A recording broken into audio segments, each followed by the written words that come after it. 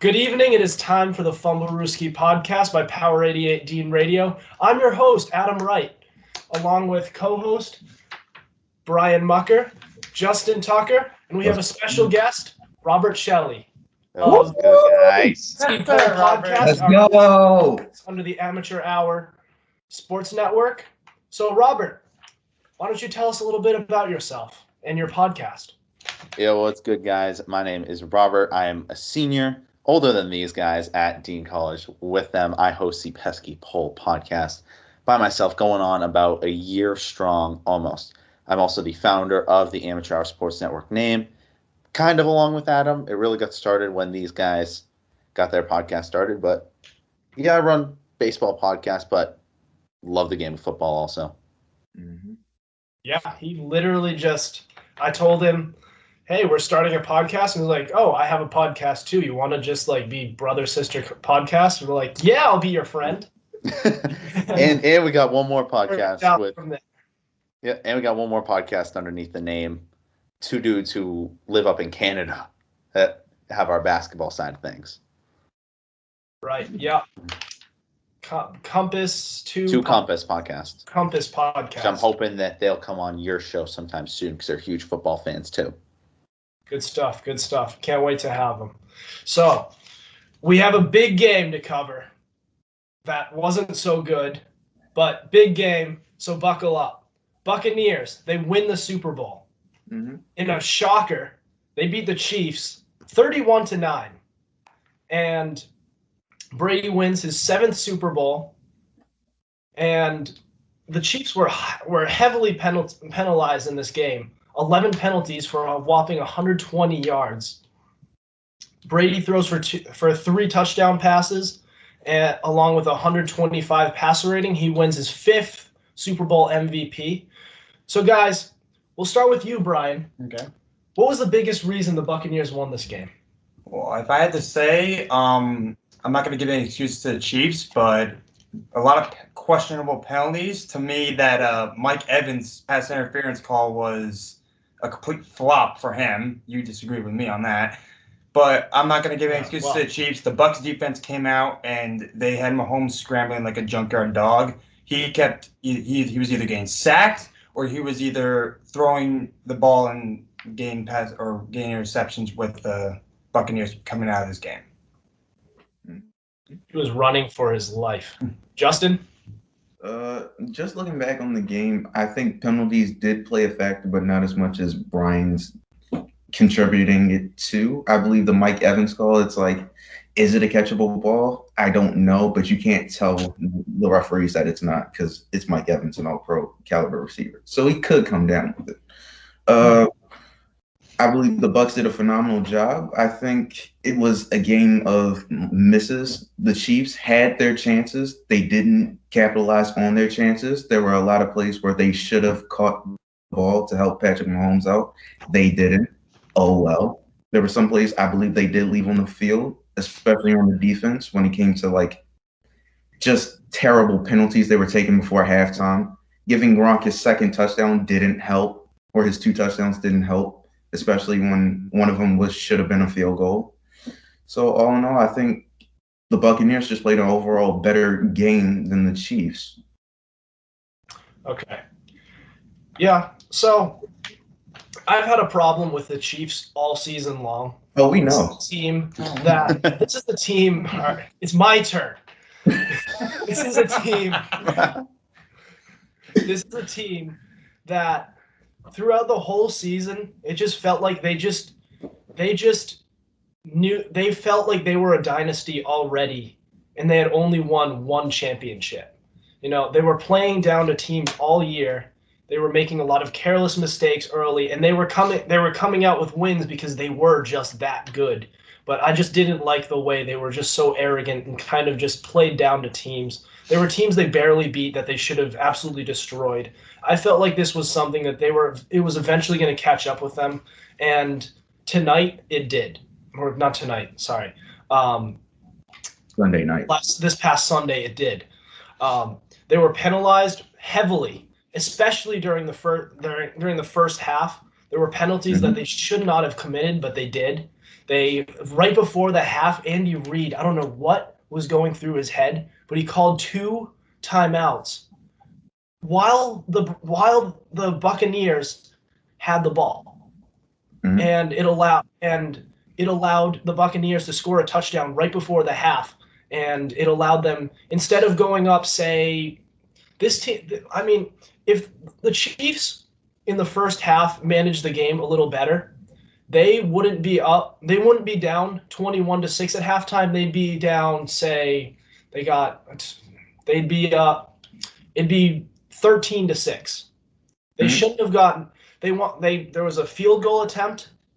They should not have jumped off sides. I don't know what you're thinking on a chip shot field goal to just jump off sides and give them another chance. There was, like I said, there was two timeouts that he shouldn't have called. They wouldn't have been able to score a touchdown. They probably would have just gotten a field goal. 13-6 at halftime. This is still a ball game. There's a different narrative. Now, I still think they would have lost because the Buccaneers just won at the line of scrimmage, like really won at the line of scrimmage. Patrick Mahomes was running for his life, so they would have won anyways. But the fact of the matter is, the reason this was a blowout, like everybody just did not expect, is because the Chiefs, like they have all season long, were playing down. They felt like just showing up, they could win a championship. And it turns out when they actually meet some tough competition, they didn't know how to act because they've been playing down all year. All right? You got to take this game a little more seriously. You're a great team, but you also have to have some toughness to you. All right? So, bottom line is, this team, they probably would have lost anyways because the line of scrimmage was just so bad. But this is the reason it was a blowout. They shot themselves in the foot here. That's my take. So, Robert, what do you have to say about the game? Okay, so before I get into what I gotta say, first, hot take: Taylor Heineke performed better against Tom Brady than Patrick Mahomes did. Oh yes,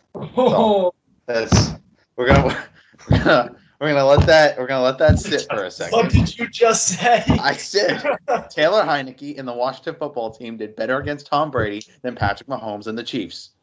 How could you say something so outrageous yet so true? Thank you. For the people out there listening, let that simmer in for a second. All right. I don't even know if that's a hot take. I'm not even sure I can allow that to continue. But yeah, so overall in the first half, I wasn't able to watch too much of it, mainly because I had to work. But I watched the entirety of the second half. Let's just say the main reason that the Bucs won isn't because of Tom Brady. It's because of the Bucs front four. Mm-hmm. That front four has been almost elite all season, and they really proved themselves against a really injured offensive line. Mahomes was running like he was in Pirates of the Caribbean. Jack Sparrow running away from the natives. All right, that's basically what was happening the entire game. Mahomes was running for those cannibals were Shaquille Barrett and Jason Pierre-Paul. 8.5 Eat a bale. That man looked like he was going to eat him. Yes. He did. Yeah. Mahomes played as best he could. Like, there's no denying that. But what we can also say is throughout the first half of the game, there was only one Chiefs receiver that really had a good first half, and that was Travis Kelce. Tyreek Hill, and that was one of the main things they had to do was stop Tyreek Hill. In the first half, or first like 2.5 quarters, he only had 2 catches for 13 yards. He was completely neutralized throughout the entire first quarter. The Chiefs, I was expecting them to go down in the first half because if you watch any Chiefs playoff football, that's what they do. They go down 7+ in the first half, and then they make a comeback. To the Bills, they were down 9-0 before they actually started, carried. They've always done this. Wasn't a shock to me that they were down halftime. But like I said, Patrick Mahomes just looked like he was the weekend at the start of the Super Bowl trying to get through a maze. It was a whole adventure for Patrick Mahomes. These guys will definitely be back again. It was. Yeah, I don't know what that was. That. We'll get in the halftime show later. That was weird, but. Ugh, yikes. Yeah, I mean, I agree for the most part, but you know, that plays into my point in that they play from behind all the time, and it gets to a point where they just expect to come back. Mm-hmm. And I feel like in this game they fell behind, and I didn't see much urgency from. I thought Travis Kelce, he put up a great stat line, but I thought he just looked like he didn't have any energy. Just it wasn't there. Mm-hmm. It felt like the only guys who had any sort of urgency were Patrick Mahomes and Tyreek Hill. Everybody else just failed to show up that game. Yeah, and like I said, the Bucs defense as a whole deserved the MVP more than Tom Brady. If you're allowing that dynamic offense, which is arguably the best offense in the league, to not even get a singular touchdown in the biggest game of the year, that, especially the front four, but the defense in general, deserves MVP. Here's my counter argument to that, and I don't know if this could validate further if Brady deserved MVP or not, Super Bowl MVP or not, is that he kind of showed up to this team, an undisciplined football team. They've always been heavily penalized. They're turning the ball over all the time. They're taking sacks. He shows up, and with his leadership, this whole trickle-down effect, the Bucs defense is playing better. The coaches look like all of a sudden look like geniuses almost, and then it turns into this whole team is just playing better. They look like the Patriots in the South. And I'm sorry to say this, no. but if you take Jameis Winston and you put that 30-30 stat line and you make that, let's say, a 32-8 stat line, they make the play. That Bucs team might go to the conference championship with all the weapons they have. Not the Super Bowl.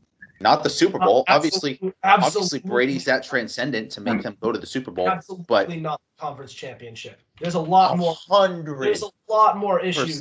I have that Bucs issue team. with Jameis Winston than just turning the ball over. He did not take care of that football. Yes, He wasn't a runner. And they were drawing very bad penalties. His leadership was not there. They were undisciplined. He's only 25. Okay, so you remove Jameis Winston and put in Tom Brady. No, they made a conference When he was 25, he had leadership coming into at least his second season, not his first season. Leadership that Jameis Winston doesn't have. Yes, I'm not saying Jameis Winston. I'm not saying Jameis Winston is Patrick Mahomes with extra picks or young Tom Brady with extra picks. Jameis Winston is a strong arm pocket passer that if he limited those interceptions, that team had the strength around it, kind of resembling, I would say, a 2017 Jaguars. That defense wasn't as good as the Jaguars, but they still had a great defense. That offense still had the firepower to get where they needed to go, and I got that team probably competing with the Packers in the playoffs. Probably losing to the Packers, but beating the Packers or the Seahawks last year, or San Francisco, anyone else, or San Francisco. I got them competing against San Francisco.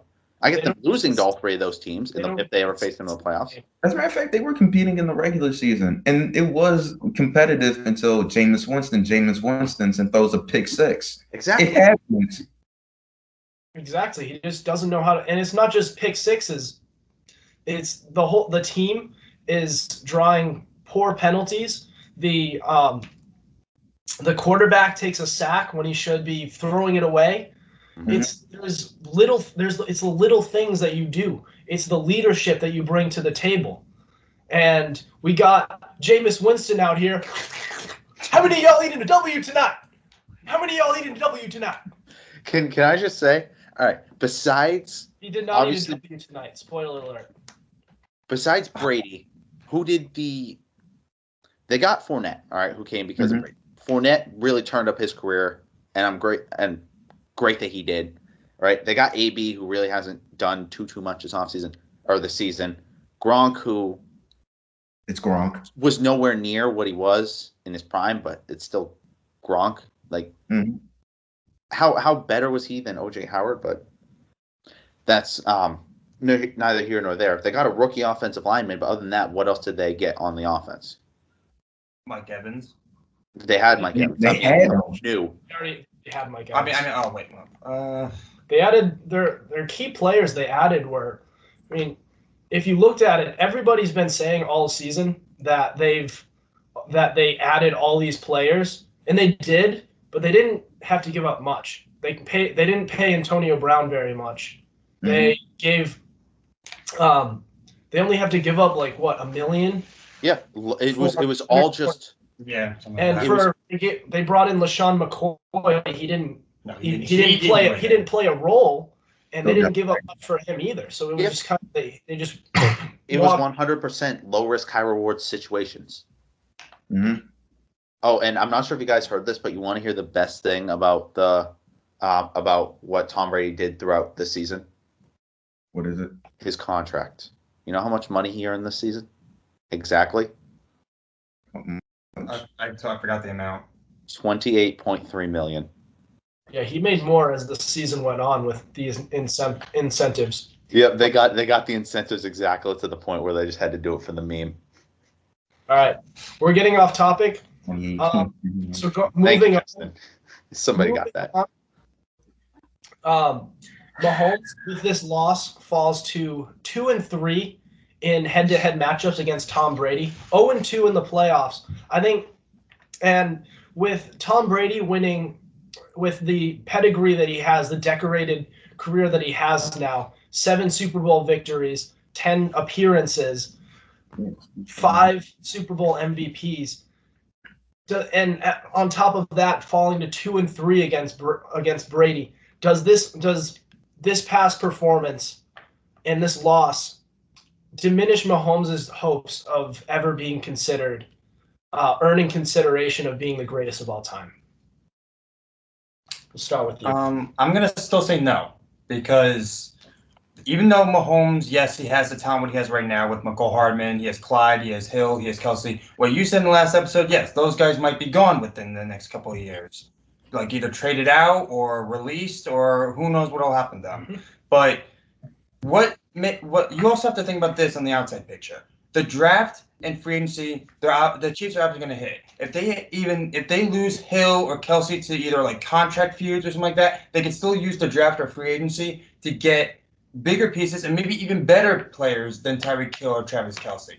I think that Mahomes, as a player, can use. I think he's like Brady almost. I think Brady also had like no talent when it came in like the 2016 season around there. I don't know, but like I said here, I think Mahomes, whatever path he's gonna take, he's gonna use that talent that he has. It doesn't matter if it has to be a top-notch wide receiver or anything like that. That wide receiver could just be good overall, because it's like Patrick Mahomes throwing the ball to him. So I think Mahomes overall, I think he could win a couple more Super Bowls, even though he's going to have Josh Allen, Lamar Jackson, and I'm going to say maybe Baker Mayfield in this conversation, but I don't know. You know it's true. Even though I disagree, he could be a big-time player coming off this season. Yeah, and of course, you as a Patriots fan wouldn't want to see that. I don't care as a Patriots fan. Fine, sorry, a Brady fan. I just know who's the greatest of all time. That's not just being a Brady fan. That's just being smart. Okay, so Yeah. Brady had like a couple of like weapons, right? A couple. How many championships did he win with them? He does more with less. Yeah, I know. I'm saying, okay, so what do you have? Now, if that was the case, he would have won in 2018. Exactly. Yeah, 2018, 2019. Amendola, to me, Amendola was like a waste of talent until he came to New England. Yeah, yes. What do you mean? That's just lying on this man. Brian, we need to put Brian back on a script. Brian, maybe you need your script there, buddy. He's a New Yorker. He doesn't like Boston fans. Let's go to Justin before, and I'll talk some sense into you. Okay, fine. Or he just slap Brian upside the head. This narrative that Brady never has like help and he wins with less. I'm not even going to get into that. It's just not true. But does this diminishes Patrick Mahomes' chances? Yes. It just doesn't end them. I think it's another step forward for like Brady to just end the GOAT conversation with anybody, because 7 rings, more than any franchise in history. It's kind of hard to debate that. You can't really do anything with that. What I will say though, it's his first loss in the Super Bowl. He can come back from this. he has the opportunity to go to multiple Super Bowls. Brady didn't just go to like 6 straight and that was that. No, it was like a decade in between dynasties. So over time, I think it will be eventual, and I think he will have another team that'll be as good, if not better than this previous team. And then they can go from there. So I think he still has a chance, but it has diminished in some eyes that, yes, Tom Brady will still be the GOAT by the time Patrick Mahomes is done. Here's the problem. We can't even have this conversation for a good another 10 years. Mm-hmm. All right, that's not even an overstatement. We cannot put Patrick Mahomes in the GOAT conversation until he's about 35 years old. Then we can start talking about that. Just proves how much of a legacy and longevity that Brady has to his career. Along with you guys are saying, it doesn't necessarily. First of all, Tom Brady has always had weapons. Even in the decade when they didn't win a Super Bowl, he kind of had this guy called Randy Moss. Mm-hmm. He's had a ton of different weapons. All right, Gronk, as much as I hate to say it, Aaron Hernandez, Wes Welker. He's had so many weapons around him, not to mention an elite offensive line. You know, he's never really, correct me if I'm wrong, he's never really had like a great running back. But the thing that Brady does more with less is insane. All right, that's stupid. Brian, you're stupid. Let's get that out of the way first. But yeah, going back to that GOAT conversation, we can't have that conversation unless Patrick Mahomes comes out here and literally wins the next 6 out of 10 Super Bowls. We can't have that conversation. And that doesn't even really revolve around him. I mean, it's a 53-man roster. There are 22 guys that play all the time. If you have a really crappy defense, there's no way you're going to be able to win the Super Bowl. You can be as great of an offense as there ever was, but if you have a bottom-of-the-line defense, then you ain't going to do nothing. Mm-hmm. Who was their number one receiver in Super Bowl 51 for the Patriots? Which Super Bowl was that? Against the Falcons. Wasn't it? I believe in. Against who? Julian Edelman technically is the number one, but he plays slot, so they'll qualify him as a wide receiver 3 because of that. Yeah. But I would argue Julian Edelman is the number one. Yeah, I just said that to you. Who's their number 2 receiver? That's not. I wouldn't. In 2016. Malcolm. 2016. Didn't they have like Mohamed Sanu by then? No, they didn't. No. Josh Dorman? No. I think it was Malcolm Mitchell, Danny Amendola. No, Josh Gordon. I'm sorry. Not Josh Gordon. Josh Gordon was in Hogan. 2016. Oh, Hogan. Martellus Hogan. Bennett. Was he there? Yeah.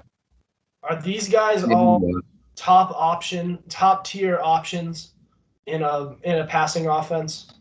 No. But that's not how Brady or Belichick run their offense. Under the Belichick name, it is. If you take 2018 Tom Brady, 2018 Tom Brady, and you put him in 2016, do you think they still go 14-2 and win the Super Bowl? They didn't go for Yes. did they? My answer is no. They don't. Because he was younger back then. Back then, he was actually able to win.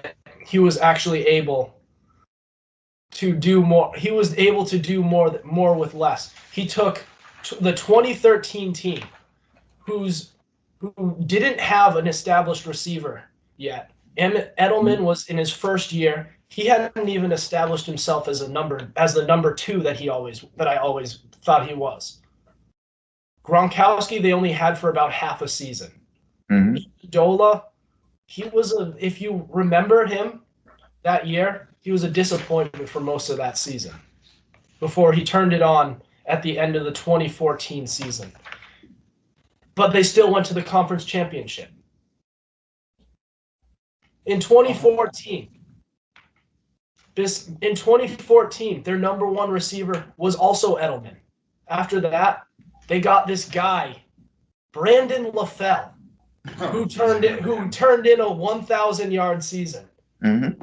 Danny Amendola was another receiver who did well for them. How's he doing in Detroit as their number 3 option?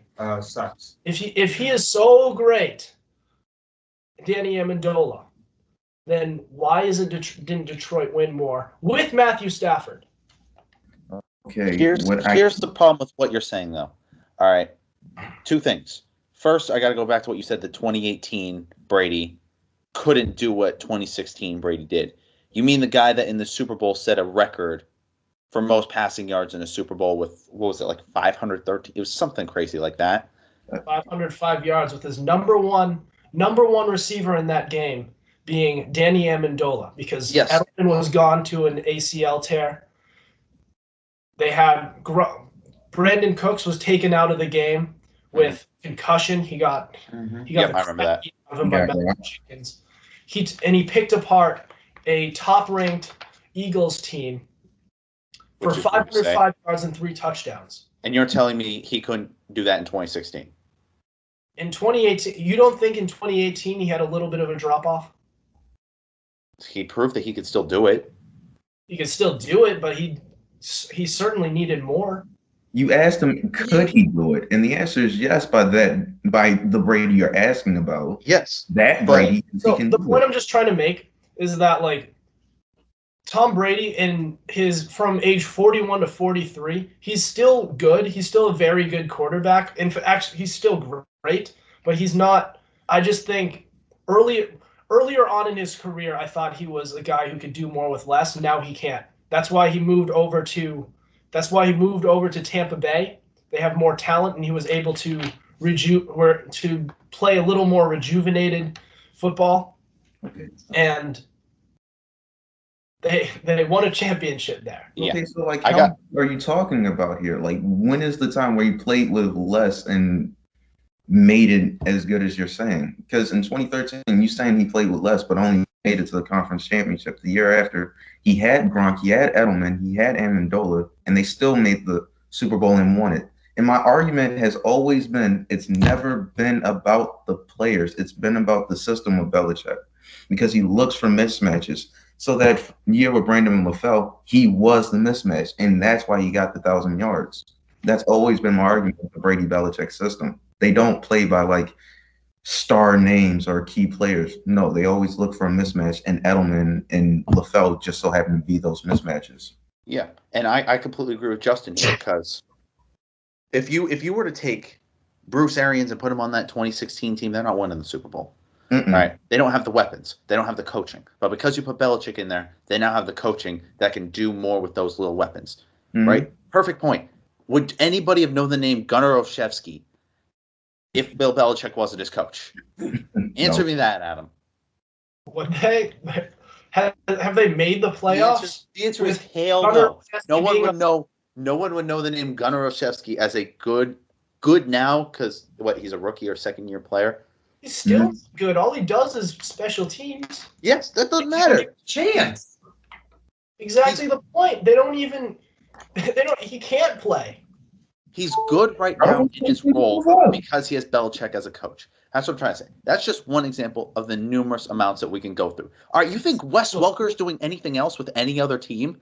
Even if Brady is his quarterback, even if Drew Brees is his quarterback, Prime Phillip Rivers, Andrew Luck, and Aaron Rodgers. Shut up. If you give Wes Welker any of those other weapons, he ain't doing well. Even with Tom Brady on another team. Bill Belichick made those guys better than they were, especially wide receivers. And you cannot argue that to save your life. Yeah?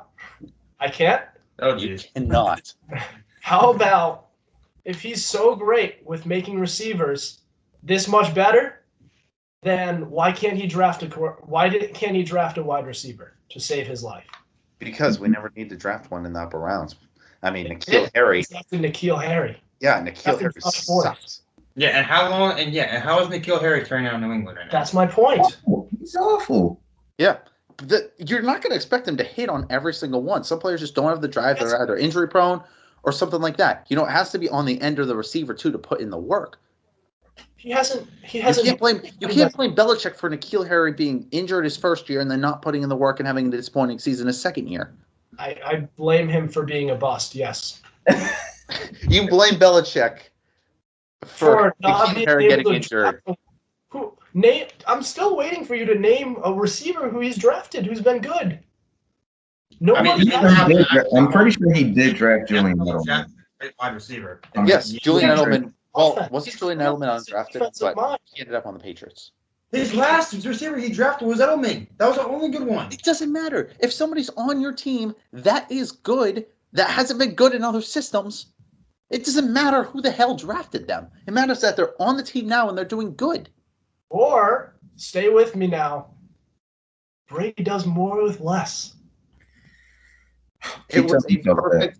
See, people always ask, was it Brady? Was it Belichick? No, it was both. It was obviously both, bringing both their strengths in to make a perfect dynasty. All right, Brady helped receivers a lot. All right, Mike Evans, Chris Godwin were not going to do this well if they had, let's say, like 4 years younger Drew Brees. Yes, they what? All right, Brady does make his teammates better by his coaching. All right, Bruce Arians did not coach that game. Let's be honest, Brady coached that game.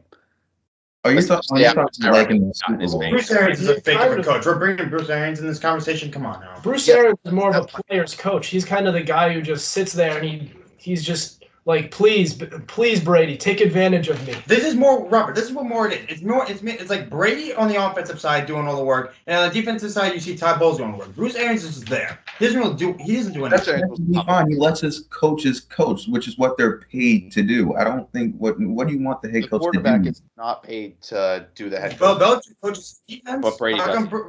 No, I'm talking about when he comes to the OC. Byron Leftwich coaches the offense. Todd Bowles does the defense. Let the coaches coach and just intermediate between the two. That's what a head coach is. What are we doing here? I don't get why we criticize Bruce Arians this much because he just so happens to have Tom Brady. Because he's a fake coach. He's not a fake coach. He's a player's coach. That has a ring. That boosts morale more than anything. He has a ring because he had Tom Brady land on his lap. No, he has a ring right now because he had the Bucs defense step up when they needed to. And just the overall talent to win a Super Bowl. If it's Todd Bowles doing it, I think Todd Bowles should have the rightful head coaching spot. I mean, the Bucs defense who allowed how many points to 26 points to Rodgers in the offense? You only allowed the same Bucs team that allowed 9 in the Super Bowl to get them the ring. Yep. All right. Sometimes it's going to be an offensive game. Sometimes it's going to be a defensive game. The defense knew that the Chiefs' offensive line was terrible, so they needed to step up and take crucial advantage of that. And listen, I like Todd Bowles. He was the head coach of the Jets. Enough talking. Ew, gross.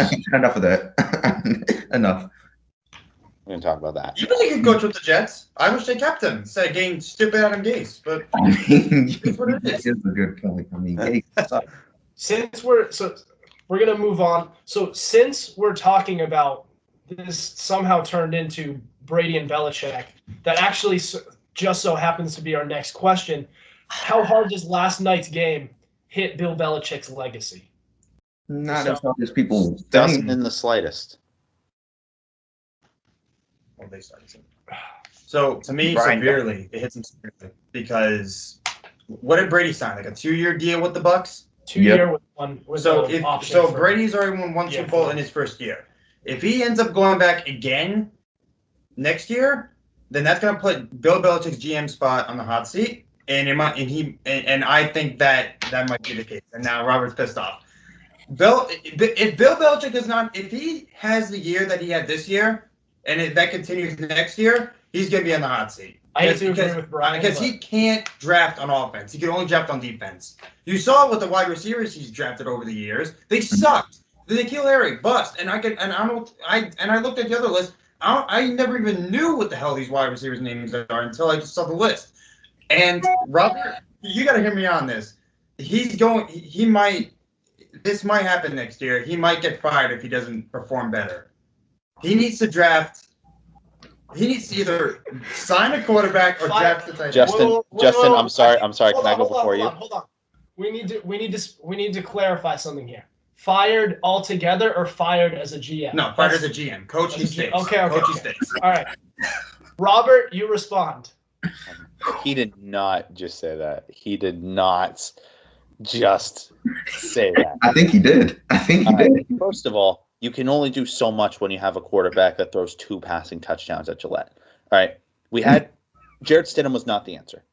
All right. And by the time everything was all said and done, it was either going to be Jarrett Smith. What am I saying? Jarrett Stidham. Jake Fromm. I mean, who else was there? Jalen Hurts was in the third. No, Jalen Hurts was a second-round guy. They wouldn't have taken him. Or Cam Newton.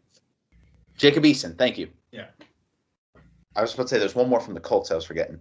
It was going to be one of those 4 quarterbacks, and realistically, none of them were getting you Super Bowl. All right, this offense just wasn't it. All right, we could have had all the draft capital in the world. We weren't signing one. We didn't have a first-round pick this year. In the second, we took a safety because probably McCourty is going to be gone sometime soon. All right, it's filling a hole of need in the future. This team is not going to. That's when Patrick Chung, he opted out. That's why they needed a safety to fill that gap. Mhm. McCourty's thing. I don't know McCourty's. I think he's still staying. He's getting older. That's my problem. He might. I don't know how well he's going to regress. Mm-hmm. But anyway, we had to use. I definitely wasn't a fan of the 4th round kicker pick, but Yeah, I don't know. we're not going to. Kickers are people too.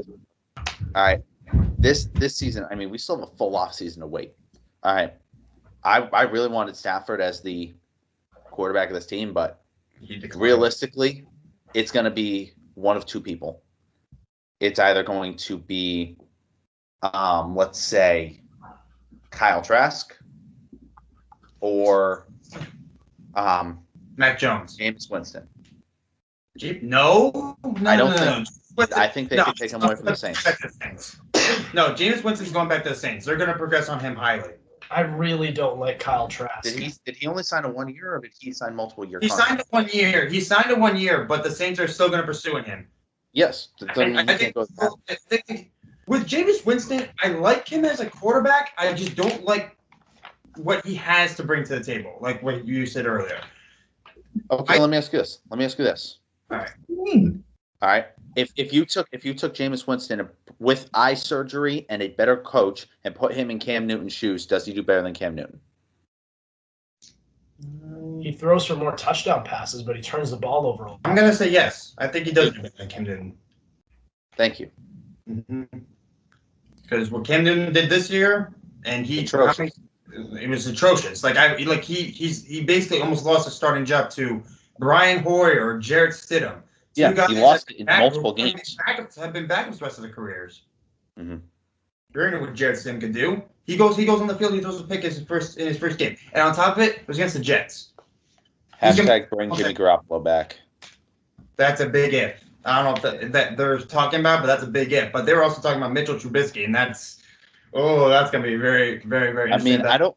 And another one that's on the trade block is Watson, but I realistically don't think that's going to be a thing. I don't think you guys have the capital to get. They want 2 firsts and 2 good defensive players. We don't have that kind of asset to still be a competing team if we were to give up that much. True. All right, so Justin. Listen, I'm not going to lie to you. The moment Brian said Bill Belichick should be fired and did not finish that statement, I almost lost it. Because I thought he just said, just fire him as a head coach. Because no. I would never say something like that. As dumb as I am, I will never say something like that. I know what he's done as a head coach, and it's killed me as a Jets fan. He's not leaving New England for a while until probably he's retired. That's why I was happy when Adam asked to clarify your statement on that. Because even he saw the ridiculousness in that statement. Wait, what? Anyway, Bill Belichick's not going anywhere. I think he's perfectly fine where he is with his 8 Super Bowl rings. People forget how many rings this guy actually has. He has 8 of them. That's more than Brady. I think Belichick has had problems drafting wide receivers. I think he's hit some. I think he's missed some getting receivers. I think hopefully he'll rectify that mistake. But first and foremost, they need a quarterback for the future. Cam Newton's not the franchise guy, and neither is anybody in the quarterback position. So I think they should draft a quarterback for the future and then go from there, because they went 7-9, didn't they? They had an okay season. They almost beat Miami, and Miami was a 10-16. So as far as this hurting Bill Belichick's legacy or diminishing it in some way, no, not really. I think he's perfectly fine as is right now. I think people will always question if Brady had more than people give him credit for, but I think it's like 50-50 down the middle. I don't think Brady would have been as successful without Belichick and vice versa.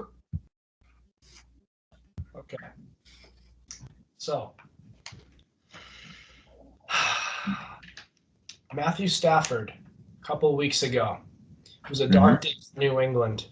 He was traded to the Rams for a haul of assets. It was congratulations to the Lions for getting such a great start to their rebuild. But in a follow-up, in finding out what destinations he wanted to go to, his response was he wanted to go anywhere but New England.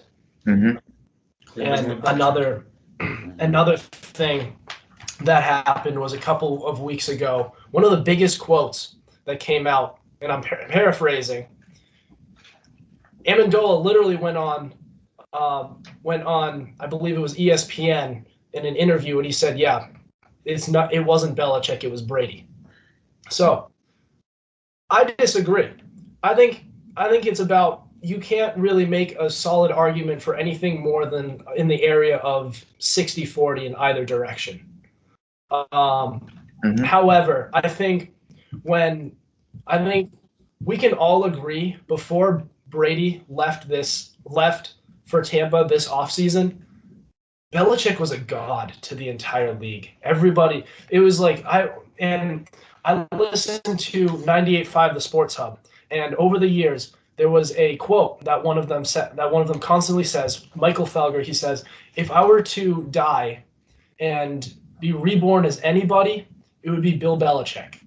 Because I could sneeze and everybody would think that it's just this master plan, just part of like this he's just this mastermind.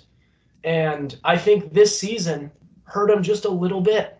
His quarterback who left, who he wouldn't let try to go play until he sucks, went and won a Super Bowl. He picked up Cam Newton, he rolled the dice, and he was wrong on it. They finished 7-9. He can still coach, but we're starting to see that on offense, his track record is a little spotty. And we're starting to realize Bill Belichick is more of a defensive mind than he is offense. And I think while I think he's still one of the greatest coaches to ever play, I think this certainly hurts him, and I don't think you can make an argument that it didn't. It really did. And I think Brian's take was very, very out there, but I think he has a point in the fact that, in the sense that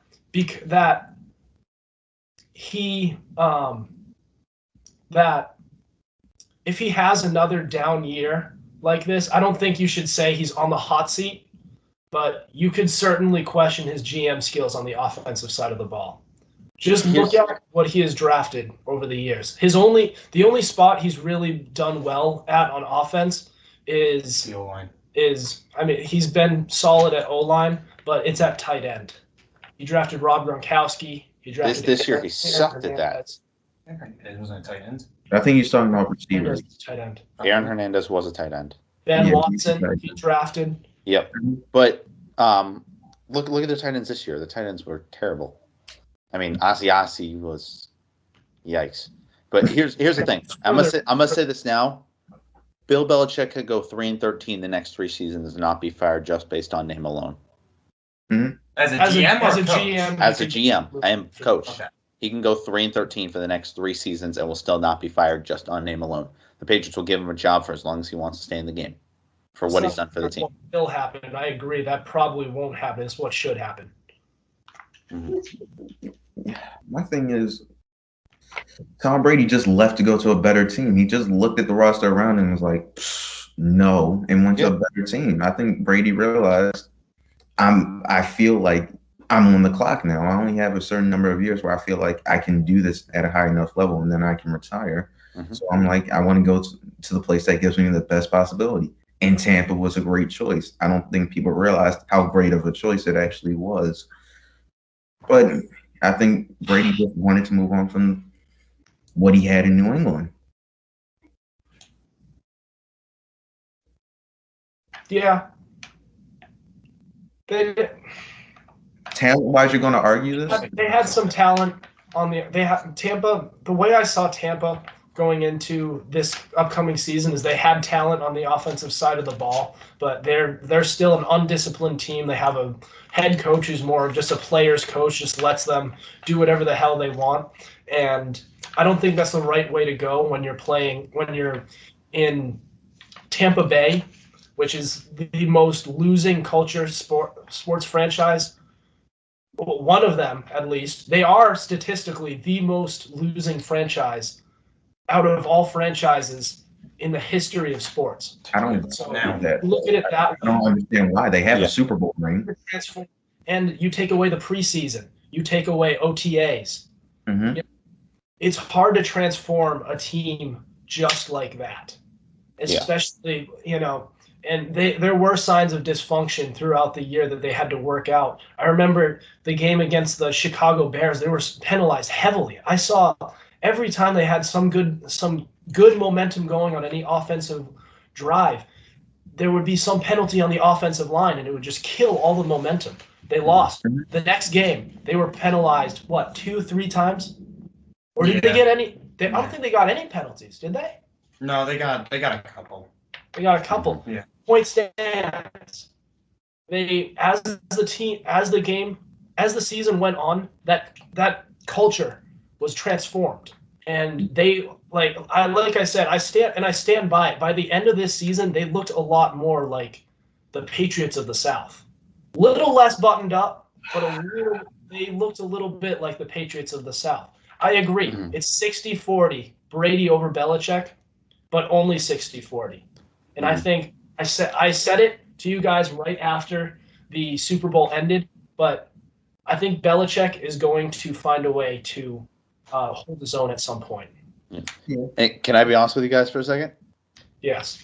If you remember back at the start of 2020 against the Titans in the playoffs, right after Brady threw that final pick six, I looked at my little sister who was watching the game with me, and I said, well, have fun watching him in a Miami Dolphins uniform.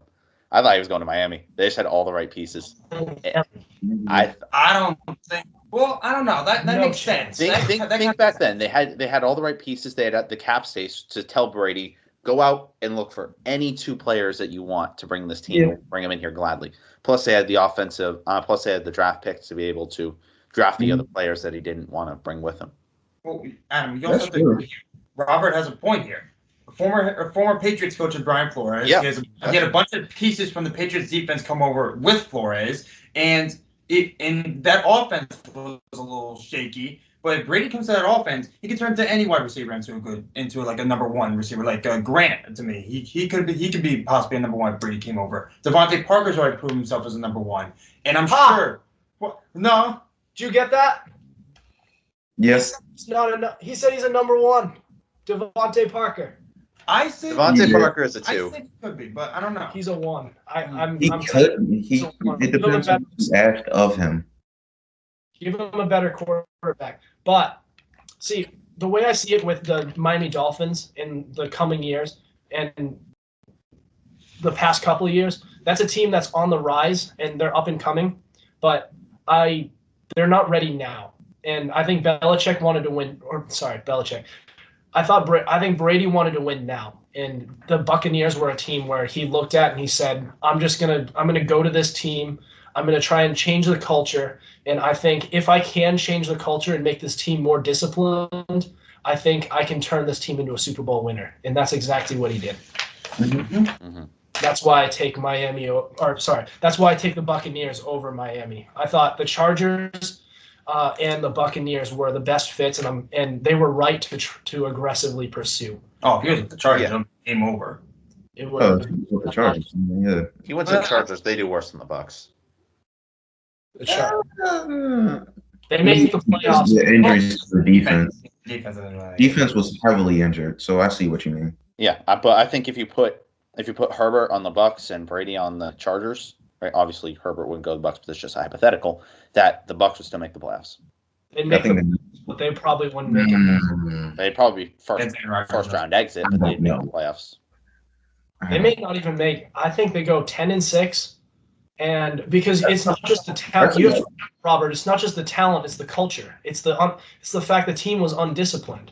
Do you think Mike Evans and Chris Godwin are going to listen to Justin Herbert, do you think Probably not. Bruce Arians would actually have to do his job and step up as a coach and a leader. So maybe. Gronkowski comes out of retirement? Well, you also got to think about this. When Gronk wasn't really he started to come off big when O.J. Howard was out for the season. It was originally O.J. Howard. Yeah. So when he would have to listen to either O.J. Howard, and I think Brate was in there a little. Gronk was more like a blocking tight end until O.J. Howard went down. At first, but O.J. Howard did go down. So you know that. It's hard to play the hypotheticals. Yeah. And there is a butterfly effect too. If Herbert does go there, does O.J. Howard tear his Achilles? We'll never know. Yeah. No, but we'll play the hypothetical game if O.J. Howard. But if Justin Herbert goes to Tampa, Rob Gronkowski does not go out of retirement. Mm-hmm.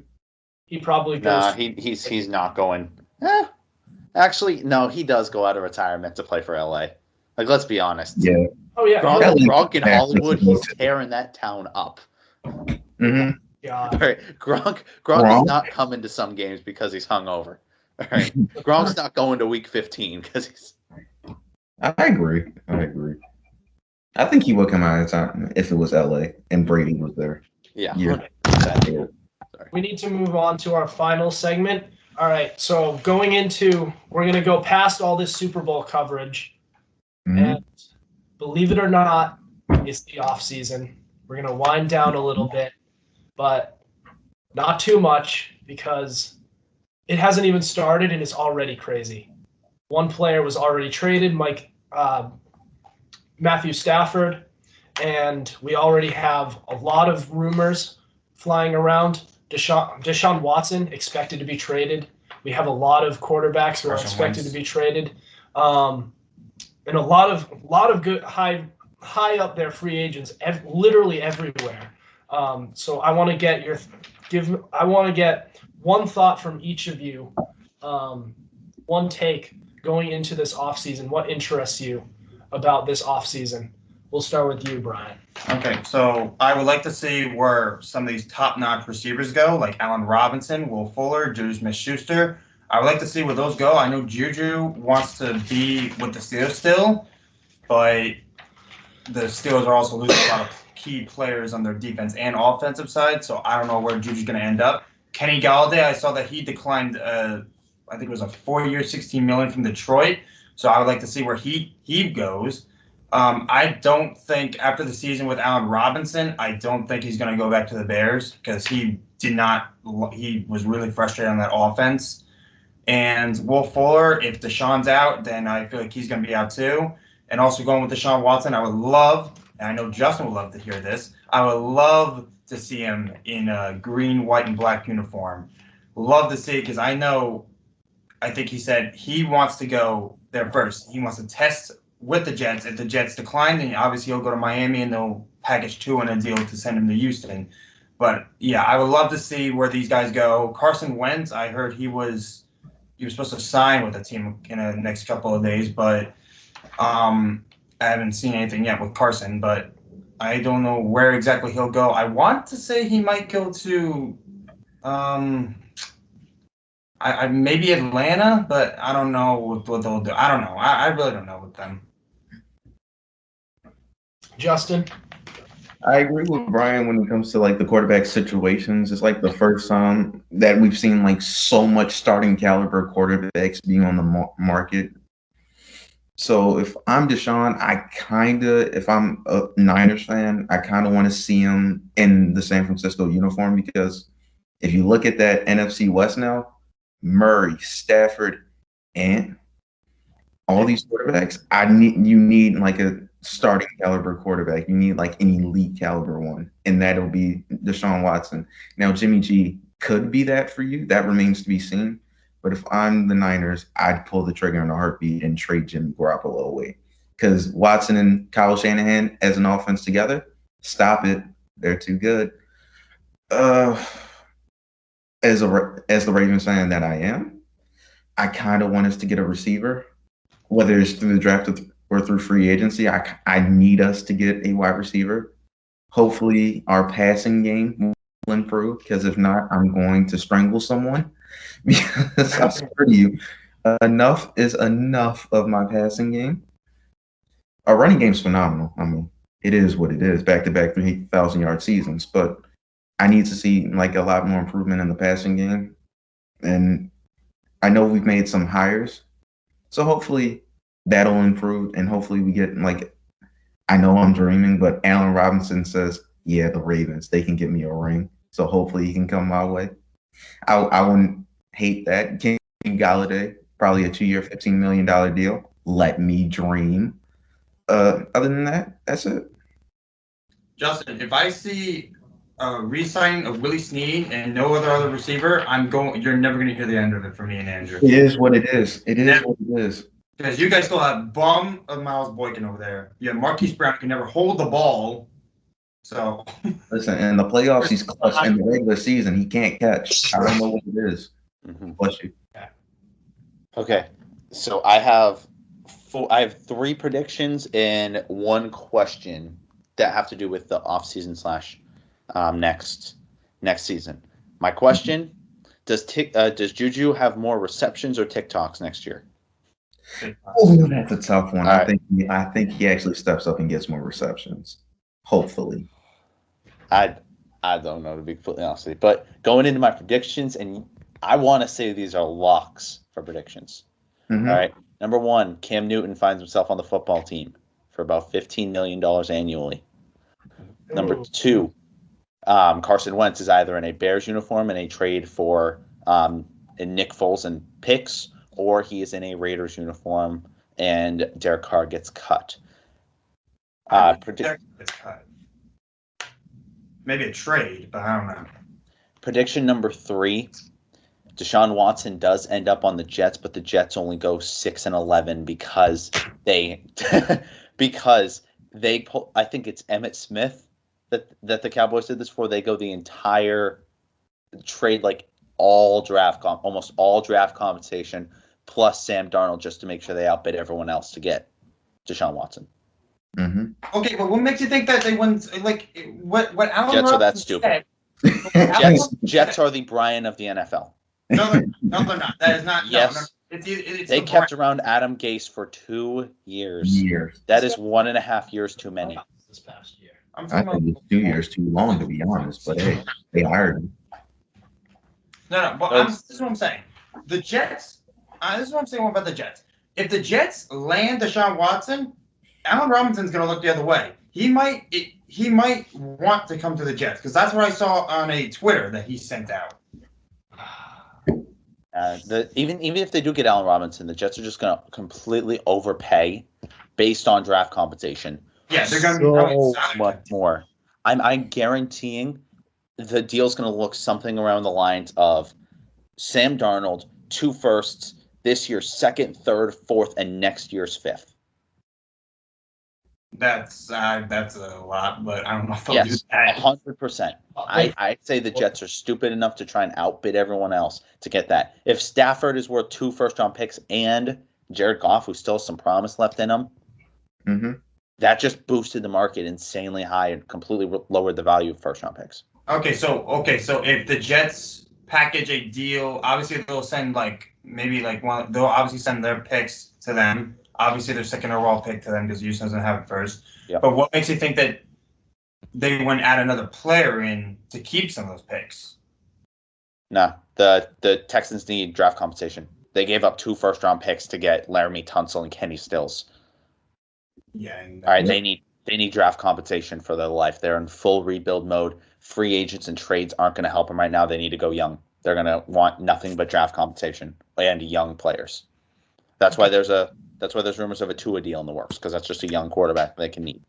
Yeah, he should not be going to Miami, though. I like Tua as a quarterback. He should not be going. He should be staying in Miami. Yes, 100%. Thank you. He's still a better fit in Miami. So one thing that I've been really intrigued by in recent years, and is starting to make tremendous strides even before this offseason even starts, is the quarterback market so far in the NFL. So if you look in recent years, just in the contracts, they've been getting richer and richer as the years go on. Obviously, the biggest headline over this past offseason was that Patrick Mahomes becomes the highest paid athlete in sports history. That's huge especially in football, considering the big contracts that are coming out of the MLB so far, and the NFL it's just a kind of a middling salary, just because players get injured often. There's no guaranteed with them. And you have Kirk Cousins getting a huge deal. my dude. Stafford was signed to a huge deal, and then he was traded for all of this draft compensation. So I just wonder, are we seeing sort of a change in the league where the league is learning just how valuable quarterbacks are, and the way I look at it, it kind of reminds me of the NBA with their star power, how the players know how much power they have. The league knows how much power the stars have, so they're willing to do whatever it takes to get these star players. And the players know it as well, and they're like, well, if you can't make me happy, then I'm just going to go somewhere where they are going to make me happy. Mm-hmm. And I'm not sure how I feel about that yet, because I don't like it in the NBA. But I think we might be experiencing a major change in value in position coming with the quarterbacks. I think quarterback is quickly becoming one of the more valuable positions, not just in football, but maybe in all of sports. Mm-hmm. So, can I go first and just say one quick thing, and I'll leave the floor open to you guys. Quarterbacks and just any position in general need to go the way the NBA does and just get a 100% guaranteed contract. I mean, Brady's contract, right, he earned $28.3 million this year. The majority of it was on incentives. Incentives aren't guaranteed in your contract. Brady base salary was what, 10 million, 15 million? It was one of those two, right? Quarterbacks just need to fight for 100% guaranteed contracts. I disagree. I think it depends on the position. That might be the case. That might wind up happening with quarterback because quarterbacks last a little longer. But when you go in other positions where players don't last quite as long, then it's hard to have any leverage for any guaranteed money. So I just don't think I disagree. I partly disagree with you on that, but I think certain positions you might be able to. There might be some changes there. I think we're witnessing a revolution for quarterbacks in the NFL right now, and rightfully so. So when you bring up the part about the NBA, are you talking about like when Jimmy Butler was unhappy in Minnesota and he said, screw Minnesota, I want to go to a team that will make me win? Is that like the reference you're saying? That's not what happened. And I'm saying when LeBron James is a free agent, it turns into a massive event. And that could be a thing especially when the league, the entire NFL blows up when we hear that Deshaun Watson wants to go. You know, you can easily see in a time in the near future where, say, like an Aaron Rodgers says, like, screw it, I'm out. And it turns into, like, there's all these television events. They're sitting in, like, a whole gymnasium, and he's saying, I'm taking my talents to San Francisco. And everybody's like, holy crap. And, oh, by the way, I really think he would look awesome in San Francisco colors. Just saying. I think Aaron Rodgers would look awesome with San Francisco. Okay, well, the reason why Watson did not want... Okay, so they were a playoff team. Their biggest mistake was obviously trading Hopkins in the offseason just to get a injured, banged-up David Johnson. But the reason why Watson wanted to leave Houston was because he wanted to be part of these, like, organizational talks. He was never part of them. So there's a reason why he wanted to leave. I don't think it's because of the team's performance that happened this year. I think it's because of the organization itself. I think exactly my point. Well, like I'm saying, like the hiring of I always forget the GM's name who they just hired. He was like a Patriot or something. You know, it was Nick Caserio. Nick Caserio. And I'll be right back. You guys keep talking. I will be right back. Worst calls. Of course it does. Be right back. That's exactly my point. You see, if he's unhappy with the organization, he has the leverage to just leave. And I think Houston continuously says like, well, like we want him to stay as a Texan. He's going to stay as a Texan. It's turning into a little standoff here. I guarantee you, they're going to lose the standoff. He has way too much leverage. He can just say, I'll sit out this year, and eventually they're going to cave because they don't want. If they wind up trading their franchise quarterback, they better get. They're going to get a lot for him. Yeah, but what they're asking, most of the league probably won't do it, and so they are content with just saying, "Listen, unless we're getting what we want, you're staying right here." And Deshaun says, "I'm not playing." And yeah, but like Justin, he said the words, "I'm going to sit out." Yeah, the problem is Deshaun loses money even during preseason if he sits out. So if he sits out during the regular season, it's still a loss of money. I'm not sure Deshaun Watson is willing to lose like millions and millions of dollars to sit out. I think eventually he will play because it's like going to get to a certain point like, yeah, I need some of this money back, so I'm going to play. But at the same time, it's like he doesn't like the situation he's in. He's probably not going to be in it wholeheartedly, and it's going to be a terrible position to be in. So I'm not sure if or when he'll get traded. It might be the next offseason. It might be in the next few days. We're just going to have to wait and see. Justin, I could easily bring up another player that had the same that is having the same or had the same issue that Deshaun's having right now, and that is Le'Veon Bell. Had major issues with the Steelers organization. Did not sign a deal. Did not reach an agreement. Sat out, and he eventually got. When did he get released? And he signed with the Jets. But that's different. Yeah, no, he was traded to the Jets. He was traded to the Jets. Yeah, he was traded to the Jets. But the problem is, he signed with the Jets. All right. Yeah. He only had one deal left. He only had 1 year left, so he just said, "Screw it. I'm just going to wait till I become a free agent." It's different with running backs. They're valued differently than quarterbacks. Quarterbacks have much higher value. But Watson's value could drop if he winds up playing. He plays half-assed football, and then his value goes down because they're like, okay, this guy doesn't have a good attitude, and then the team does eventually trade him, and they don't get as much as they would want for him. Okay, I agree with you on that. It's just that I think Watson's value is still high, even if he sits out or no matter what. He could easily go. He could do like off-season training if he sits out. It's not like he's gonna like sit on his ass and like not do anything. No, I think no. They're gonna wind up trading. Just the fact that he says he doesn't want to be there. That's not a good look for the organization for them to keep him around. If he doesn't want to be there, then he doesn't want to be there. Yeah, because he wants to win. You also see like the league. This franchise is learning. They know how valuable this quarterback is, and they're willing to do whatever it takes now to keep him. They want to keep him around. Yeah, but the problem is, Watson knows how valuable he is too. So it's going to turn into this major standoff. Do you have this standoff at any position? I say no.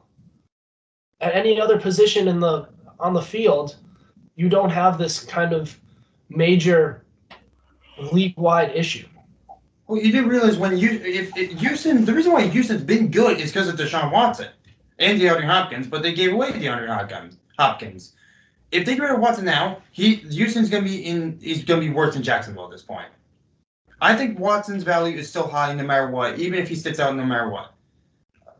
That's my point. Okay, well, still, he wants to be on a team where they either have a bright future ahead of them or they're a winning team.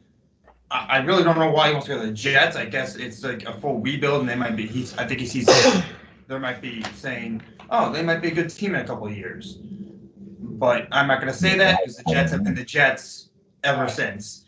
And I understand why he's picking other teams like Miami and San Francisco as ones because they have a great team, they have a great coach, they have great coaches around them. So I see why he wants to go to these other teams and not Houston because Houston obviously does not want him I don't know if Houston is like just saying, screw you, Watson, we're not going to let you on these conversations at all.